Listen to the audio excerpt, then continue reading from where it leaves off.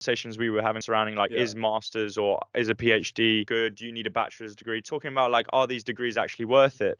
And another question I'd like to ask was like has Go Perform taught you things that the masters hasn't? Yeah, 100%. Definitely more the soft skills like approaching people, but that sort of just comes from experience. It's not like they sat me down like this is how you talk to people, but also more technical things as well. So in our masters, I didn't learn how to we learned how to use some bits of equipment, but not massively. It was more theory based. So here I've learned how to use like a flywheel, handheld dynamometers. There's like a anti-gravity treadmill, and all these different bits of equipment and like speed gates and jump mats and things, and this like practical skills that I didn't really get from the degree. But I did get all the theory from the degree. So yeah, I think you definitely need a combination. Yeah, I was going to say, so would you say like just if you're doing a master's, which, you know, I think we're alluding to that you do sort of need in a sense, definitely make the most out of it by just getting a placement on the side, working with as many athletes, asking as many questions while you're there. So like say, because I know there is a flywheel in the weightlifting area at Power Base.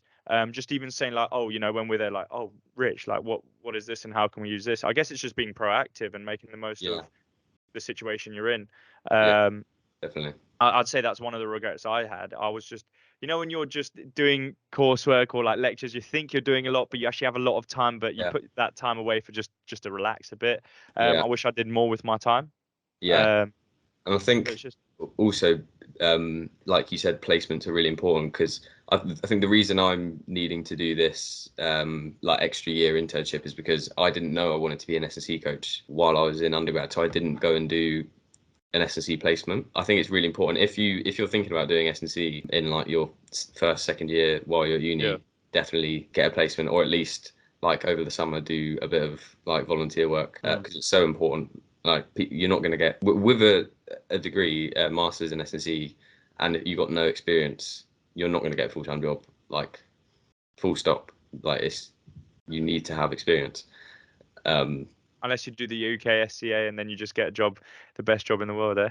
Exactly. It's so interesting to hear you say that. But I wonder, so you didn't do much practical or any practical in your undergrad? Well, we did. For a little bit.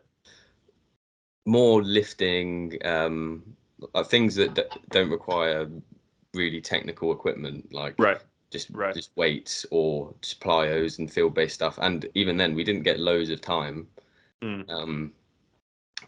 But how? I guess the question, I'm thinking like Matt, you said, "Oh, I wish I did this and this," and like hindsight's always 20/20, and sometimes you just don't know what you. So I wonder if even, you know, sure you didn't do undergrad or too much practical in your undergrad, but I wonder if you doing it now after having a master's and a bit more theory-based knowledge and also knowledge of, or just, you know, maturing as a student and as an individual of now in this position, you're going to actually be able to get way more out of it than if you did this same position 2 years ago in your undergrad. I completely agree, because there's definitely things I learned in the S&C masters that I didn't learn in the sports science masters, and now being like applying it to a real world job, it definitely, I'm in a better position now than I would have been a couple of years ago.